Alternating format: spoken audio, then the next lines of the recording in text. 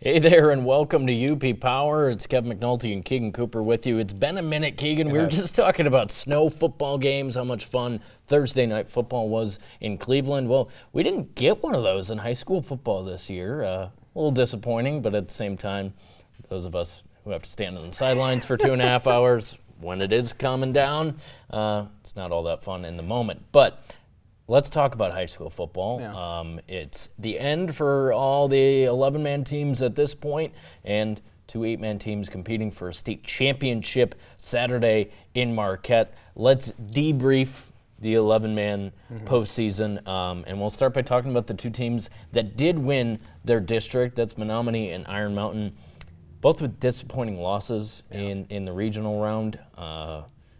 Both were hopeful they could move on to the semifinals.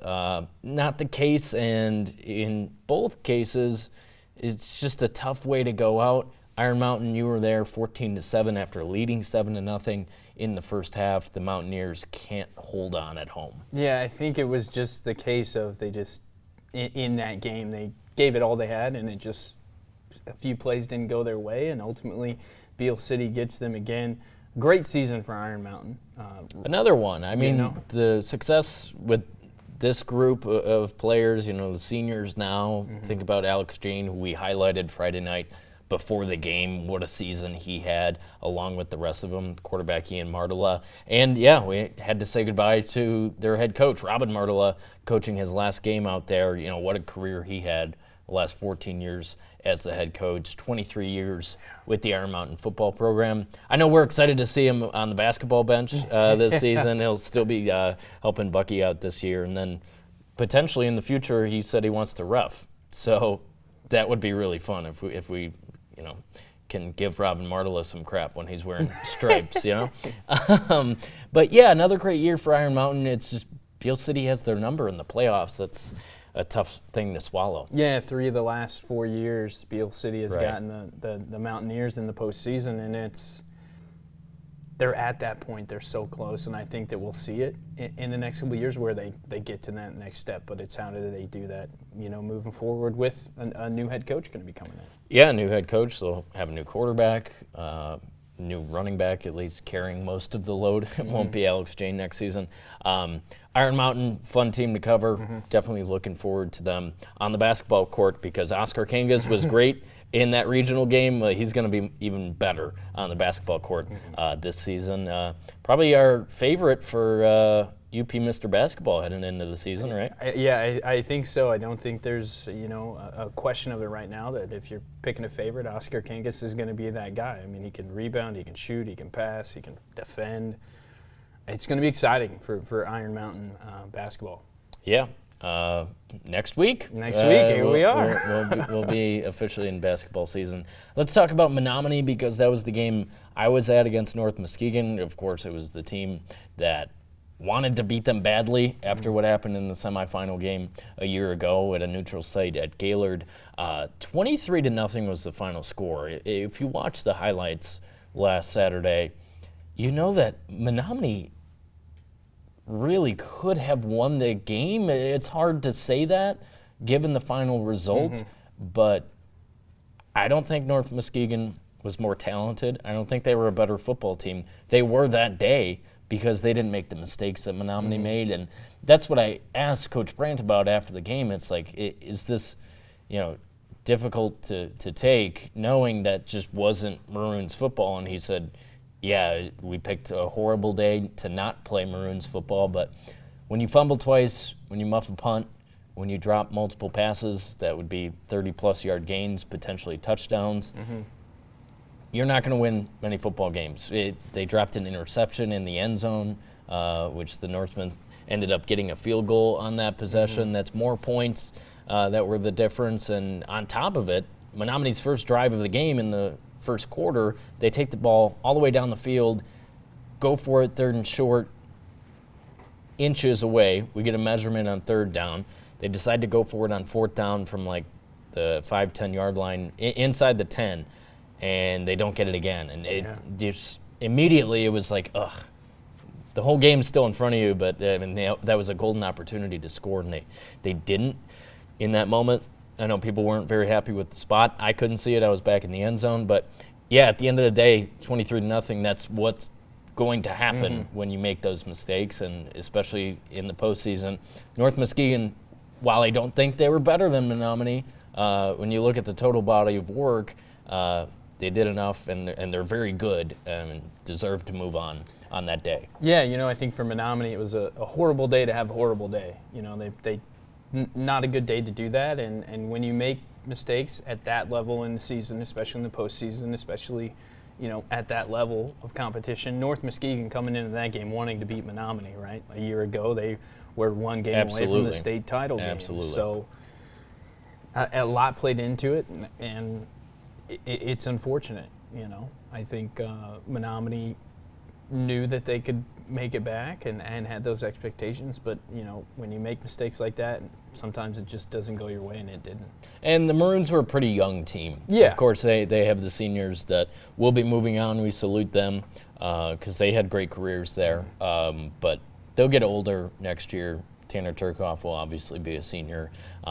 They'll be back for sure. Let's talk about the 8-man state championship games coming up. Forest Park, we've been impressed with them all season long, going back to they were our game of the week against Norway, a very good Norway team. They didn't leave much doubt after that one.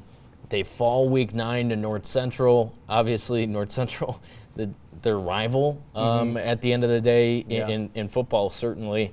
And they got them on that day, after getting them quite a few times over the past couple of years. But playoff football, regional final, it's North Central again, and the Trojans showed up at home and left little doubt. Here we go, another week, and they're moving on to the state title game. Yeah, I mean, talking with Kevin Giuliani and previewing this state championship on Saturday, it's what that core group has been working towards. It's every day in the off season and all the workouts and coming into practice, and what head coach Brian Fabry has done for Forest Park, being there.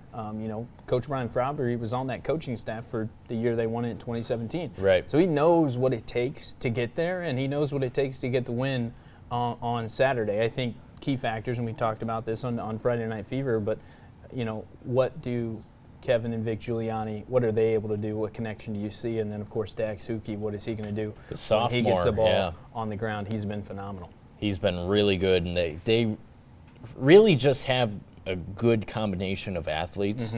Giuliani plays the tight end position, which is a little different in 8-man football, where you're on the line with catching passes, line of 3 people.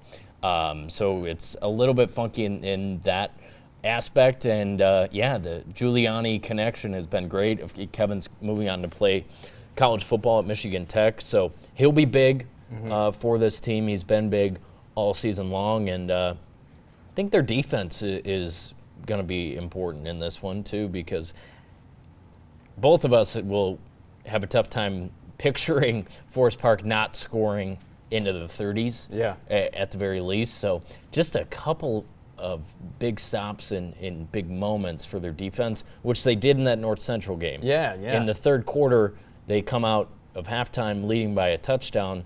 They score, get a stop, score again. That's what Forest Park needs in this game against Morris to, feel good going into the fourth quarter.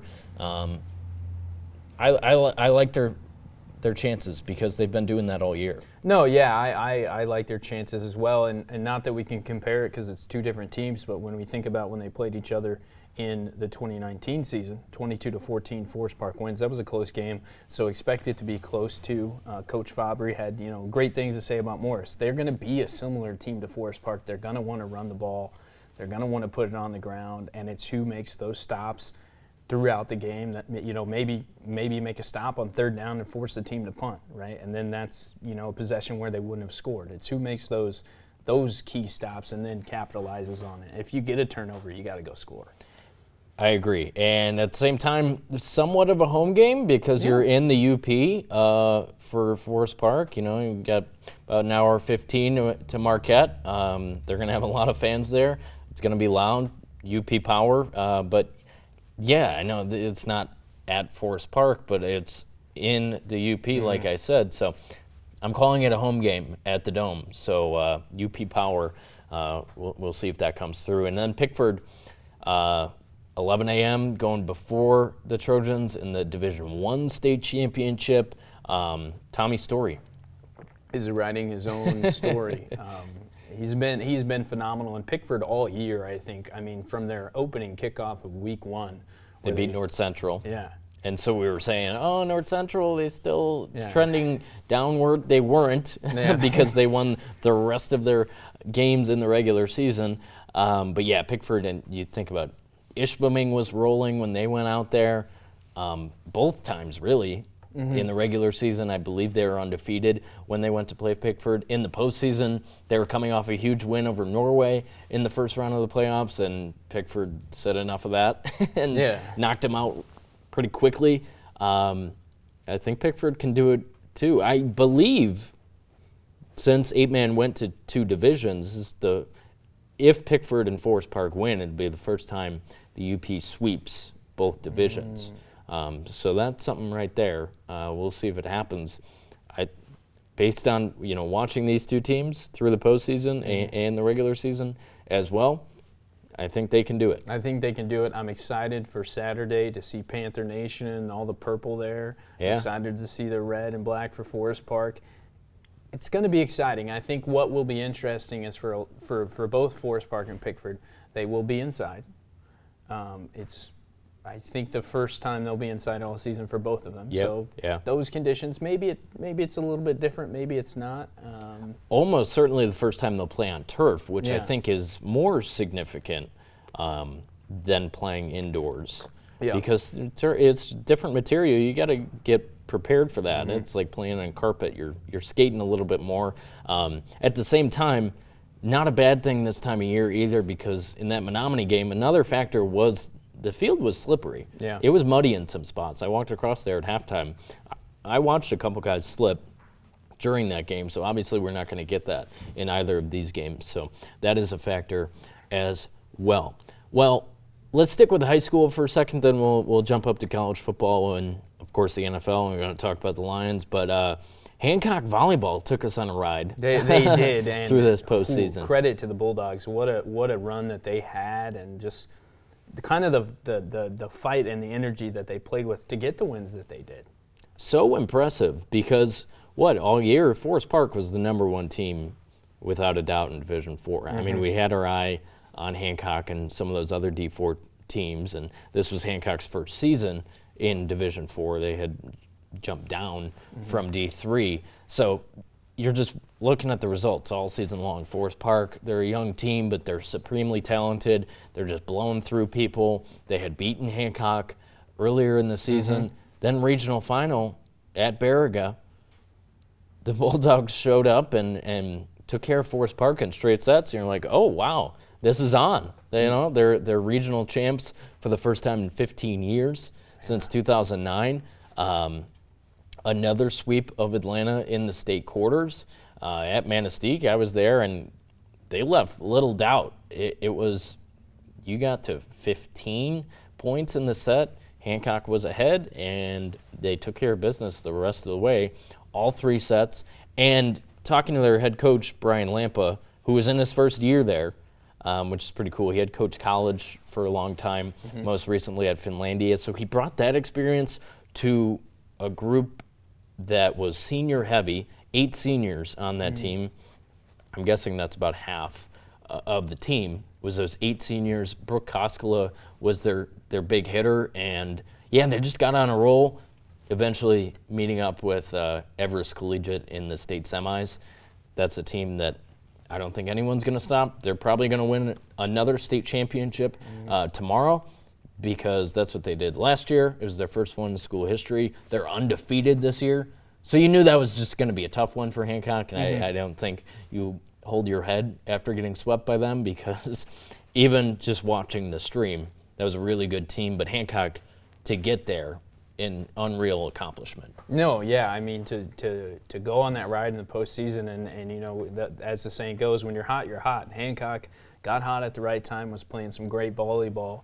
And then, Everett Collegiate, they just go up against a team that probably has, they won a state title last year, so probably a little bit more experience in that regard of playing in that type of game at that highest level. And Hancock, the only public school in the Final Four, so they won the public school state championship. Yeah, there you go. The unofficial public school state title. They don't give out a trophy for that, but Hancock, great season, and a bunch of the other teams, Kingsford gets reverse swept and gets knocked out in Division II. That had to sting. Obviously, Division II, you're going up against some really good talent earlier in the postseason. Calumet, kind of the same deal in D3, where they got reverse swept by Traverse City St. Francis. So a couple really good teams that we had knocked out a little bit earlier, but Hancock was able to keep it rolling. They were fun to follow along with, so thank you for that. Congrats on a great season to the Bulldogs. I want to go to college football. We'll start here in the UP.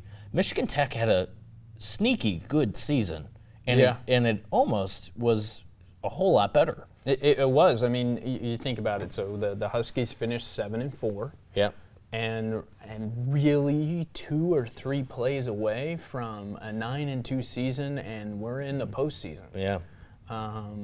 And Well, it goes back to week 1, Bemidji State, overtime, back and forth. Yeah. Against a ranked team. So you knew then that Tech would compete. They had a lot of vets on offense. Alex Freeze had a fantastic season, second team All-GLIAC, announced earlier this week. Veteran quarterback.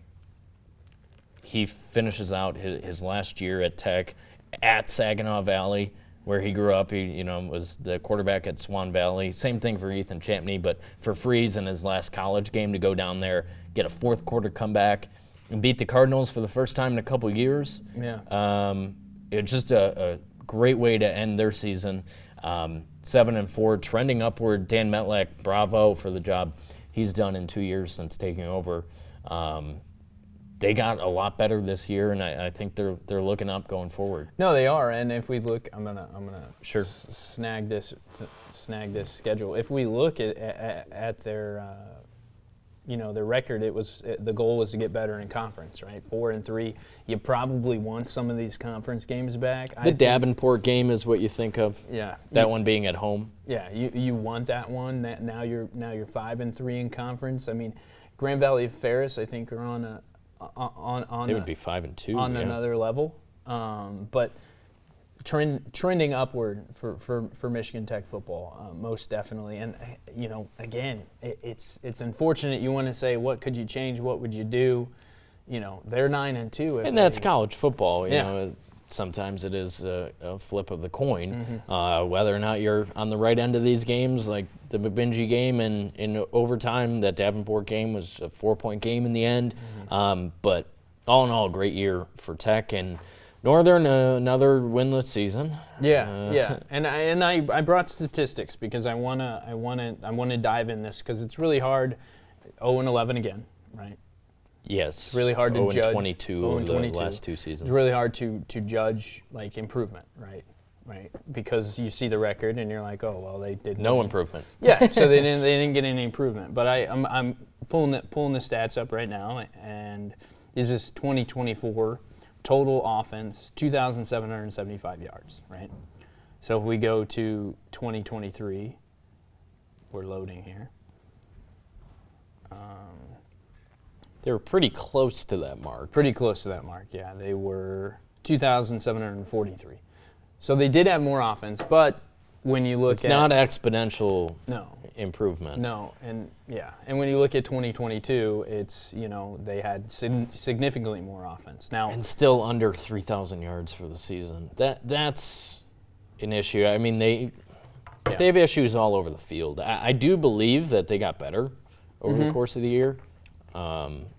I would agree. I think keys for the offseason, and I think this goes without saying. You think about the Davenport game as the second to last game of the year. They go down there and put up 31. It's like that's something. Yeah.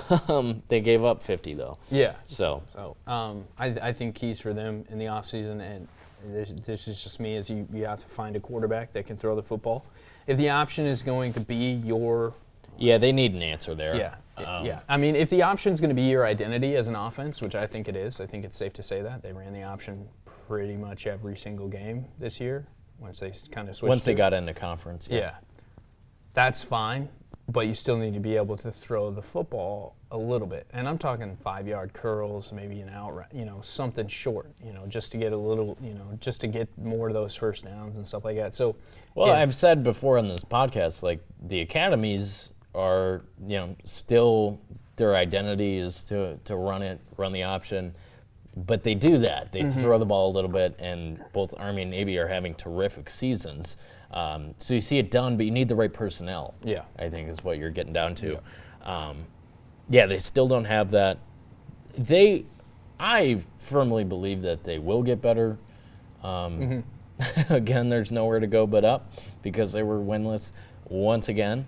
And given the context of what Shane Richardson had to say about why he should stay on with his staff and keep building this thing, he makes a good point, and I agree with him. He does. That if you blow it up again, you're starting from scratch. Yeah. And what's the guarantee that the next guy is going to be able to turn it around faster than Richardson? No, and the other thing is, I think you and I both believe that Ford Richardson could be a college quarterback in D2. Yeah. So are you just waiting for him to graduate in 2026, and that's still a year out? Yeah. And then would you start him as a true freshman? There's that you might be able to hang on to and say, oh, well, that might be our answer at quarterback. That's a year and a half away. Yeah, and I know for fans it's tough, right? Because you go to these games and you're supporting. Well, especially when hockey's down. Yeah, and it's tough, but you have to you look at some of the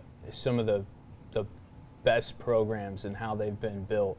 They didn't just start and become national champions, and it's different in D1 these days too, because the transfer portal is still prevalent in Division II, but the NIL is not.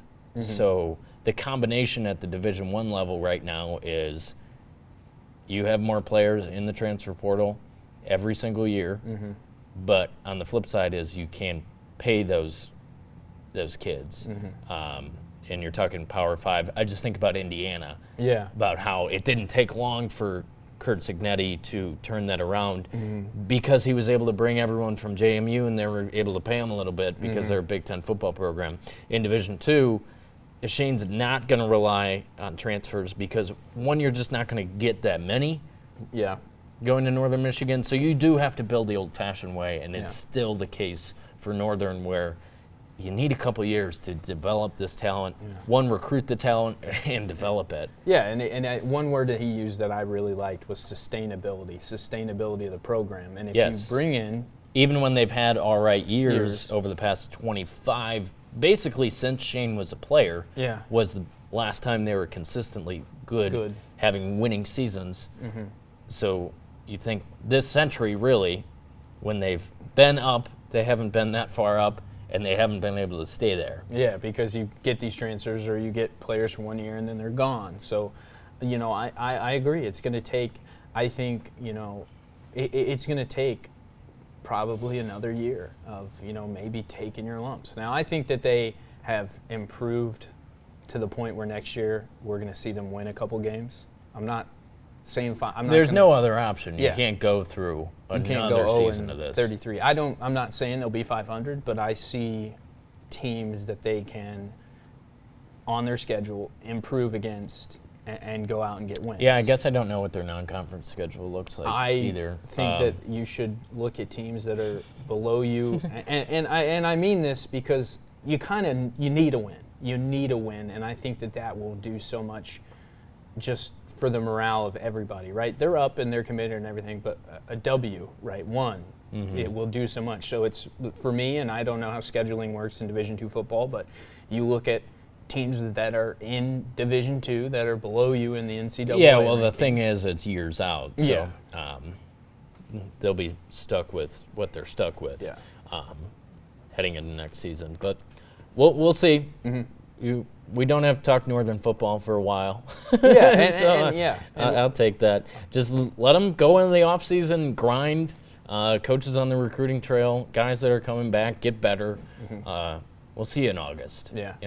And those guys should be happy about that. If they put in the work in the offseason, they will see some sort of results. There's just no way. Yeah. That's how football works. You put in the time, the work, coaches, players alike, and you'll get better. So we'll measure how much they can get better when next season comes around. Yep. Now, let's just naturally shift over to Northern hockey because you made me think of Dave Shayak saying last week when they go into Mankato, a top 20 team, and things are not trending in the right direction, winless in the conference so far, 7 losses in a row, and on the road at a really good team in your conference.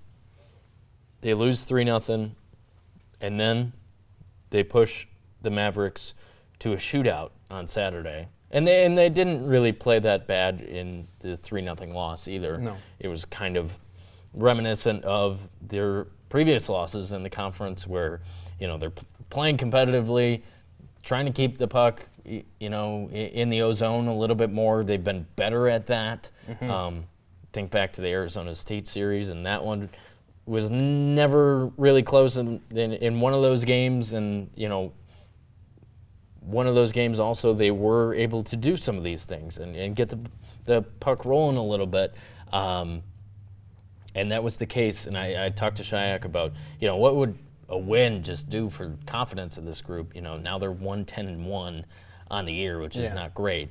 I think pushing Minnesota State to a shootout and your goaltender having another awesome game is a good confidence boost. Even though it's not a win, goes as a tie. You'll take the extra point, though. Yeah, you will, and I think it bodes well that they're in the right direction. And I'll quote something that Michigan Tech's head coach Joe Sean said, give this team a month or so, and they'll be on the right track. I think a tie against a top 25 team, it bodes well. I mean, Ouellette is great, and I think it's pretty simple. You've got a goalie that's going to be reliable. Yeah, he's going to let some goals past. Every goalie does. And they're not trying to pretend like they're the best team in the conference. They just know they're not, talent-wise, experience-wise. Yeah.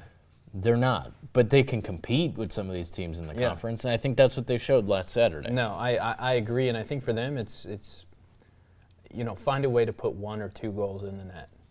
That's the scoring's not there. They're not converting, and I think it's been clear in a lot of these games they've had good chances. Yeah. They're just, again, the experience and the talent isn't there, and that's probably why you're not seeing those go in the back of the net. Yeah, and some more of those will come. Yeah, they'll come, and with experience. They're gonna win some games this year and continue. And that's how hockey goes. They're gonna get a couple, and if you tie and you go into the shootout, well, guess who you got in between the pipes? You got Ryan Ouellette, who has 3rd or 4th in the CCHA right now in saves. So you'll be okay. Now you don't want ties, you want wins, you want sweeps, and you'll get there. But you got to take what you can get right now, build up on it, because these guys, the young guys, the 18 of 28 that are freshmen, are only going to get more experience the more they play together. Build that relationship on the ice together, and really define and build confidence too. Define who they are as a player, right? For when you have a one-timer and you got an open net, nail it. Yeah, and that's what I'm saying. More of those will come. Now, Tech hosts Minnesota State this weekend. It's a top 20 showdown in Houghton. The Huskies still undefeated in conference. Had last weekend off. Swept Northern. Swept Ferris State. Big test.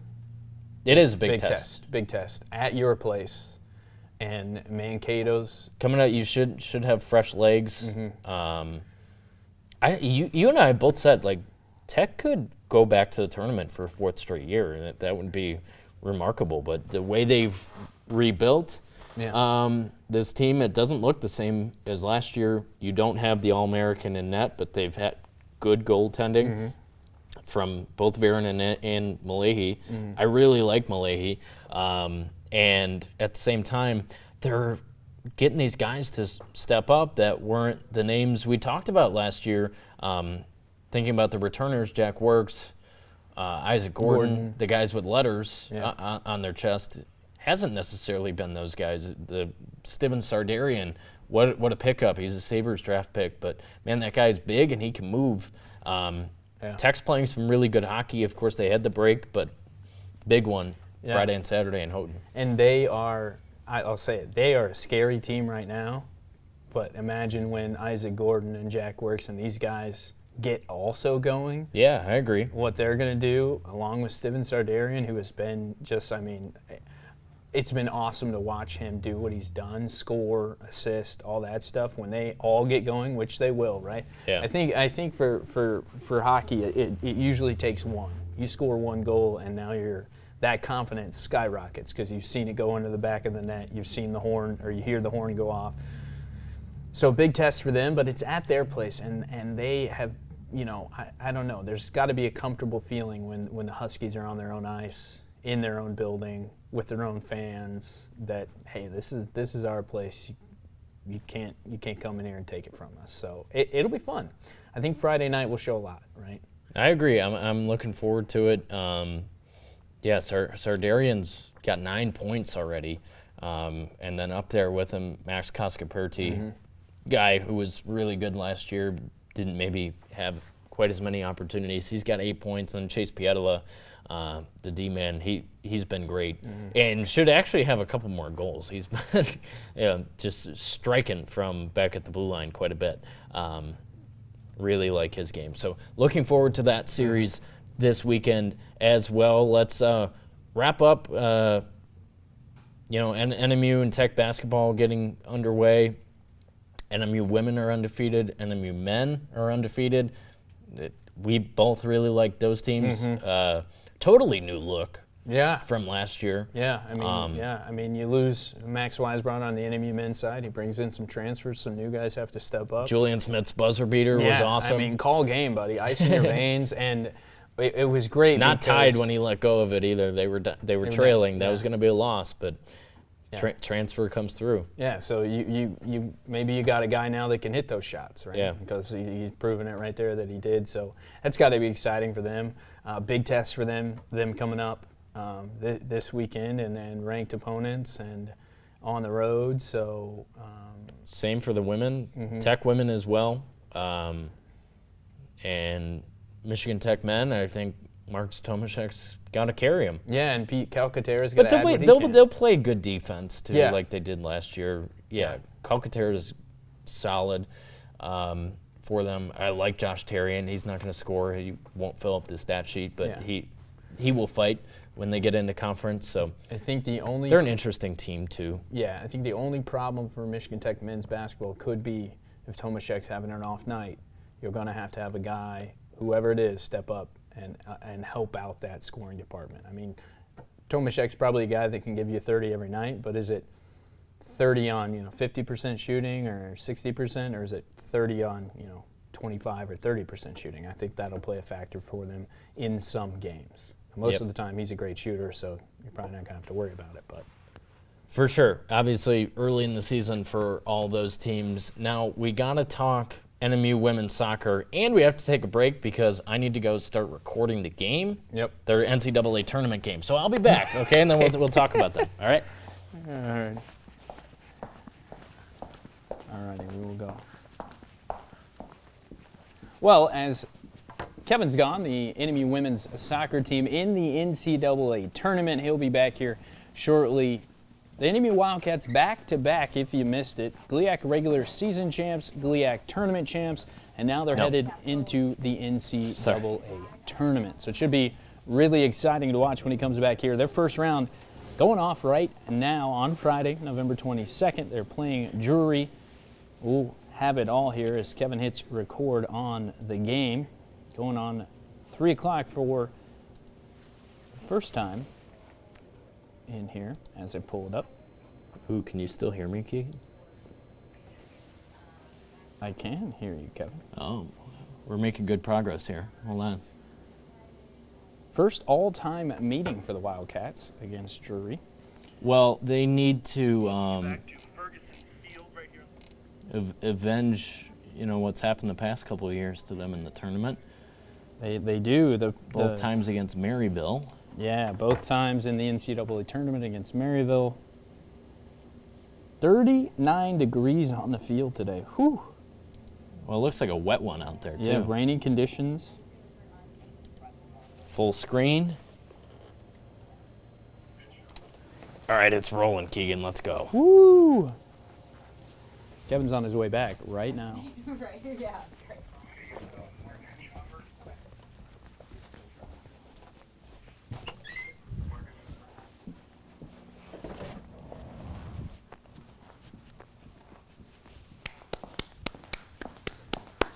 Woot woot!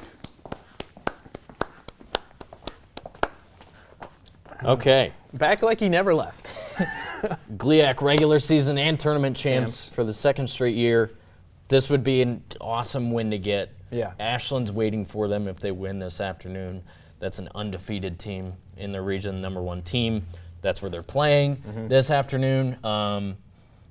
I think the Cats get it done. They have to. I think they have to as well, too. And think about it. They're not against Maryville for the first time in the NCAA tournament. They get Drury. They're kryptonite. Looking at this, the Cats, we talked about the weather conditions, 39 degrees, rainy. Yeah, they're the 4 seed. Drury's the 5 seed. This is a game you go out and you get. And when you look at their offense in the GLIAC tournament, they have been outscoring their opponents in the GLIAC tournament. So the quarterfinal, semifinal, and final. It was a 12-1. They've only allowed 1 goal, and they've scored 12. In these first 10 minutes, dominate possession of the ball, go and get a goal early. I think they will do it. Molly Pistorius, Justina Lesperance, Brooke Pietola. When you look at the GLIAC and you have the top those scorers, 3 all GLIAC first teamers, Pietola Offensive Player of the Year. Lesperance missed last season with injury. I believe the entire season. Yeah. So she's been terrific. Yeah, go assert some dominance because that's what they showed in the GLIAC tournament. It should be no different going on the road. So, exciting. Yeah, we'll see how they do. Obviously, beating Tech in the first round of the GLIAC tournament. Tech was so beat up. They'll get better in year 2 under Melissa Kuhar. They got to find some goal scorers, a lot like NMU hockey. And I think a relief for NMU today because they get their head coach back. Also true. Yeah. He was suspended for playing too many players. The strangest reason I've ever heard. I guess it's a rule. John Sandoval forgot it was a rule in the moment that he could only suit up 24 athletes. 29 got in that Tech game. And obviously he's not trying to show up Michigan Tech. Melissa Kuhar's a friend of his. Yeah. It was just, hey, this is a tournament game. We're winning by 5 goals. Why don't I get my whole team in there? And then the conference says, oh, you're actually not allowed to do that. You're suspended for the next 2 games. So shout out Natalie Stampfli coming in. Hey, 2-0. She's 2-0. I was telling Sandoval, I'm like, she's got a better record than you know. So at least win percentage-wise. So, good luck to them. NMU volleyball and Tech volleyball. Wildcats have a really good chance to make the NCAA tournament. If they beat Grand Valley in the GLIAC semis tomorrow, I think they're a lock. Yeah. If they lose, I still like their chances. It'll depend on how teams in the region do. Bubble. Now, Tech going on the road and beating Wayne State in 4 sets. Huge. As the 5 seed, Wayne State the 4. That's a big one, but I think you have to upset Ferris. Yeah. Tall task for both the Wildcats and the Huskies. And it's in any sport across the GLIAC that we talk about. There's Ferris and there's Grand Valley. There always has been. There always will be. Pretty much. So, I like what Mike Lozier said. If we win, we get to continue playing, and if we don't, we're done. Yeah. So, Wednesday night, NMU had home game because they were the 3 seed. And the rest of the tournament will be played at Ferris State. But Cats looked good. Yeah. Parkside pushed them to 4, but Jackie Smith and Megan Meyer, 35 combined kills in 4 sets. That's going to win you some volleyball matches. Against Grand Valley, they only played the Lakers once this season. They were swept. So we'll see. I think both teams should play loose, knowing the pressure's on the other side. Yeah. And Ferris State and Grand Valley 100% expect to meet each other in the GLIAC championship. So, take a little underdog mentality. That's not the worst thing in the world. We'll see what happens on Saturday. Well, we got to talk college football now because that was big news Thursday night when Bryce Underwood, the Belleville product, #1 recruit in the entire country, Belleville just got knocked out of the 11-man playoffs, this past weekend. And Michigan gets him to flip from LSU to U of M.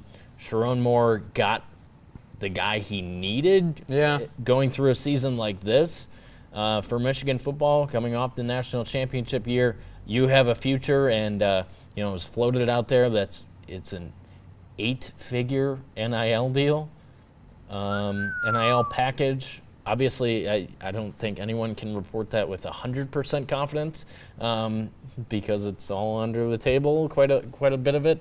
Yeah. But yeah, that's huge to keep Bryce Underwood at home.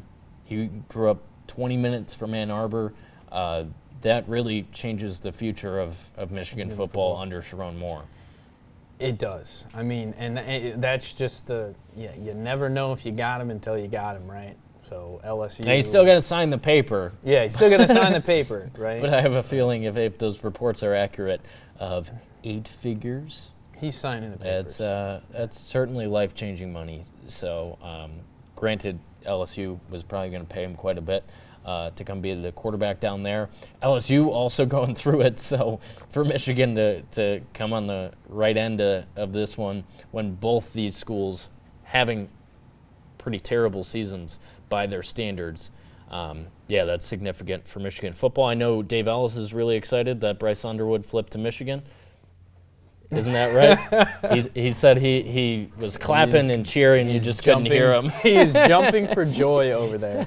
It is huge for U of M.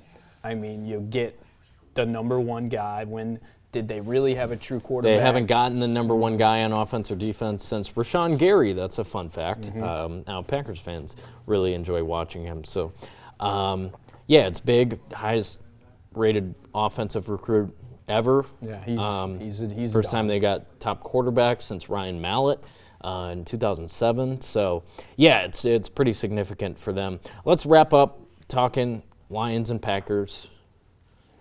So the Lions are, home field. That you gotta get home field in the postseason. The Eagles are on their heels, and you get another AFC South team this weekend with the Colts. You got to go on the road, so it's not like the Walking Dead Jaguars are coming into your building. You got to go on the road against a Colts team that's better in all phases than the Jaguars. So you can't expect a 52-6 blowout win this time around. Alex Anzalone being out for most or all of the rest of the regular season.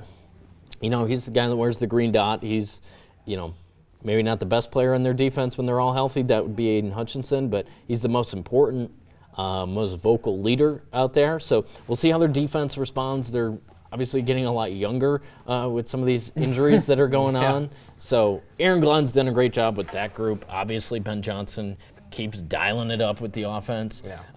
So keep going. Beat the Colts. Yeah, keep going. Beat the Colts. I think Zadarius Smith will be a big key for He was the great. Lions. Fourth down sack in the Jacksonville game. And that's a vet. That's a guy I failed to mention. Like, you're losing veteran leadership with Anzalone being out, but you get him. No, that's a big pickup, and Packers fans know that he can do that.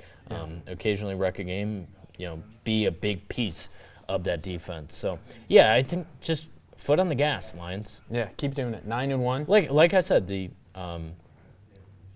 Eagles are on their heels. We're right there behind them. So, we'll see how it goes going forward. But that's got to be the priority for Detroit, just stepping on people's throats. Jared Goff, like the Houston game, that happened, but he's not fazed by that. He wasn't fazed by it during the game. And that was clear because, he had to come down there and get into field goal range at the end of that Houston game. So that's nothing for Yeah. Jared Goff. No. And I mean, you go from throwing. I mean, look at what he And did the week another perfect passer rating. Yeah. So he's, Yeah. The only guy in NFL history to have a perfect passer rating and over 400 yards. He's done it twice with this team. It's incredible. And then they have the Bears on Thanksgiving. A lot of divisional games. The schedule does get tougher. After the Colts game. Yeah. Not that the Bears is that difficult, especially at home. When they do have to go to Chicago in December, I think that's a sneaky one for the Lions where they really got to show up that day. But you got the Bills, Packers, 49ers, and Vikings, besides the 2 Bears games. Which is that's tough. That's tough. Especially when the 49ers, and we'll talk about them right now, they're playing for their lives. Yeah. They've lost too many games, and their only path to the playoffs might be winning the NFC West. Yeah. So that 49ers team is going to be playing for a lot as well. Week 17, when the Lions see them out in San Francisco again, obviously bad memories from last January in that building. Now the Packers feeling good after the Bears win, but also maybe not feeling so good because they shouldn't have won that game. But credit to them, you got to play all 60 minutes, and they knew they had a chance to block that field goal from Cairo Santos, and they did. Yeah. So good. They're well coached. Rich Bisaccia, I think Packers fans might take him for granted. He's the best special teams coordinator in the league. Yeah. He was before he was the interim head coach in Las Vegas, and he is since he came over to the Packers. They're well coached across the board. Jordan Love's got to stop throwing picks, though, because that hurt them in the Bears game. Yeah. They were in the red zone, turn it over there, Bears take it down the field, and at the same time, I don't know if the Packers should be as aggressive as they have been, too, because Matt LaFleur went for it on 4th down in the red zone at the goal line. Has Dan Campbell started that trend for NFL teams to go a little for it bit on 4th down? I think that he has. And what's crazy is the only team that really does it and I'll have to look at the statistics on who's the most successful, but it's the Lions that are the most successful on 4th down. The Chiefs have been so good on 3rd and 4th down. Yeah. And finally they got God. I think that was actually good for them. I think the Buffalo was, game. Yeah. Because Josh Allen's 4-1 against Mahomes in the regular season.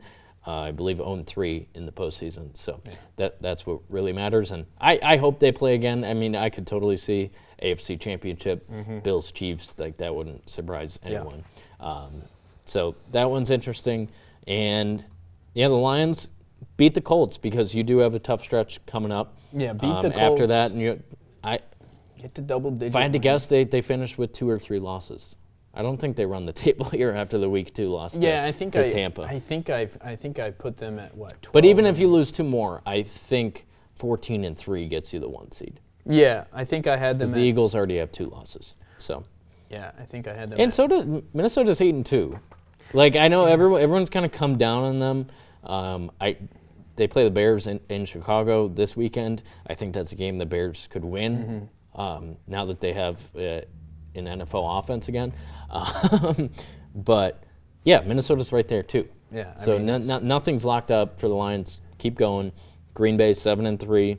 49ers coming in. Got to beat them. 425 kick. It's time for the Packers to turn it on like they did last year. I think that's. I agree. It's that's time the answer for Jordan Love to slide over and be in the driver's seat and take him to the postseason. Yeah. Very last thing, Tarek Skubal, AL Cy Young. We knew it was going to happen, but unanimous. Wins it on his birthday. I've said this before, but he reminds me so much of Jake Arrieta in 2015 and 16, just how he burst onto the scene a couple years into his career, was so dominant. He was, and he was fun. They to don't watch, make too. They don't make the playoffs without him. They don't win the run. Yeah, they don't win a playoff series without him. So it was really kind of old fashioned. You don't see starting pitchers be that dominant, and and go as deep into games, even in the playoffs. You think about the Cleveland series, both of those games, he was going into the 7th, and that's old-fashioned itself, but he was so good. And, the rest of the games, A.J. Hinch was kind of piecing things together. He would have an opener, even in the playoffs, but when it was Scooble's day, it was Scooble's day, and he was going to ball out, and, He did. Now he's their ace. He was the best pitcher in baseball this year. No doubt. Chris Sale wins the NL Cy Young. As a White Sox fan, I'm rooting for that guy because he deserves this. And he had so many injuries in Boston. Was not on good terms with the organization, and he gets dealt to Atlanta and reinvents himself a little bit as a 35-year-old pitcher. So good for him. And Tarek Skubal, way to go. Best pitcher in baseball without a doubt. I'll be rooting for the Tigers again next year because they are fun. They're a lot of fun. And that's going to do it for us here on UP Power. Thanks for joining us today, and we'll be back next week before we get ready to eat some turkey. All right, for Keegan Cooper, I'm Kevin McNulty. Thanks for being here.